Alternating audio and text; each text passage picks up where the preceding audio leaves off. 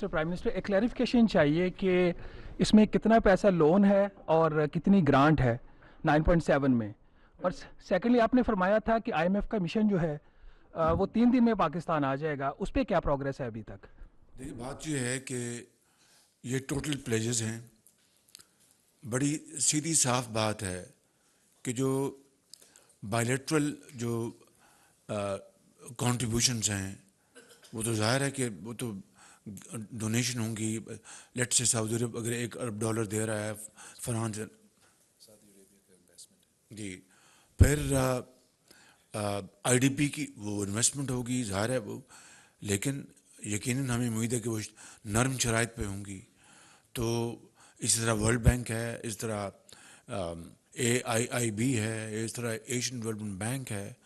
تو یہ تو ایک اب ہمیں اگر اللہ تعالیٰ نے یہ موقع دیا ہے تو اس میں جائے بغیر کہ کتنے لونز ہیں, کتنے اس میں ڈونیشنز ہیں, ہمیں اب پوری تیاری اور پوری قوت کے ساتھ ایک ایک پائی استعمال کر کے, جس طرح فارن منسٹر نے بتایا کہ ابھی بھی ہزاروں لاکھوں لوگ جو ہیں کھلے آسمان میں ہیں, اور اگر ان کے اوپر آپ سوچیں تو انسان لرز جاتا ہے کہ کس طرح اس سردی میں, ٹھنڈ میں وہ کس طرح زندگی بسر کر رہے ہیں اور زندگی کے اندھے تھپیڑوں کا مقابلہ کر رہے ہیں.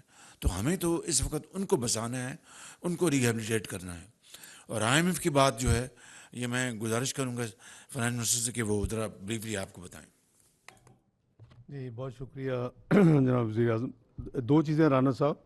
ایک تو یہ ہے کہ ہم نے جو ان ہاؤس فیصلہ کیا تھا, جو نیڈز World Bank, UNDP, Asian Development Bank and European Union نے combine with Ministry of Planning کے ساتھ ورک آؤٹ کی تھی, وہ $16.3 بلین تھے, آپ کے نالج میں ہے.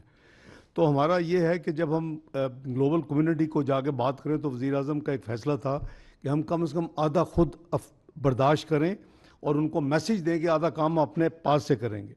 تو ایک تو یہ ہے کہ ہمارا جو ہدف تھا وہ 8.15 یعنی رفلی 8 بلین سے اوپر تھا.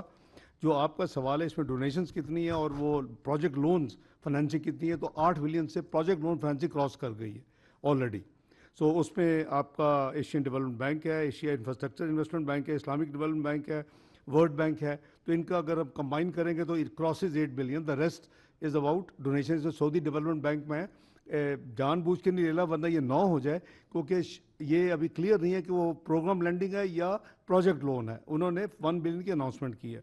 دوسرا جو میں آپ کا سوال تھا آئی ایم ایف کا, ہم نے بڑی ڈیٹیل میٹنگ ان سے کی ہے میں نے اور میری ٹیم نے, اور وہ ایک ہم نے اس کو تھوڑا سا نیرو کیا ہے کہ ہم نے کون سی چیزیں ہیں جس کو ہم نے یعنی ان کے ایجنڈے میں, وی آل نو, آپ کو بھی پتہ ہے کہ پاور سیکٹر کے ریفارمز ہیں, اس میں گیس ہے, اس میں انرجی ہے, اس میں آپ کا فسکل جو اسپیشل ٹیکس لگا تھا, آپ کو یاد ہوگا 10%, وہ اس پہ کچھ سٹیز آگے تھے ایک ہائی کورٹ سے, اور اس کی وجہ سے وہ ڈیلیڈ ہے. وہ ججمنٹ کی تفصیل ہے اور وہ FBR جائے گا, لیکن وہ دسمبر کے مہینے میں وہ آبویسلی ٹارگٹ تھوڑا 5 مہینے کا اوور رن کیا ہوا تھا, الحمدللہ اچیو کر چکے تھے, لیکن دسمبر کے مہینے میں اس کی وجہ سے جو دسمبر میں پروجیکٹڈ تھا اس کا ان کے نظریے میں ہماری ٹیم یہ کہتی ہے کہ ہم اس کو staggered with the Supreme Court fight, we will recover it still. So ہم اپنا سال کا جو فسکل بجٹ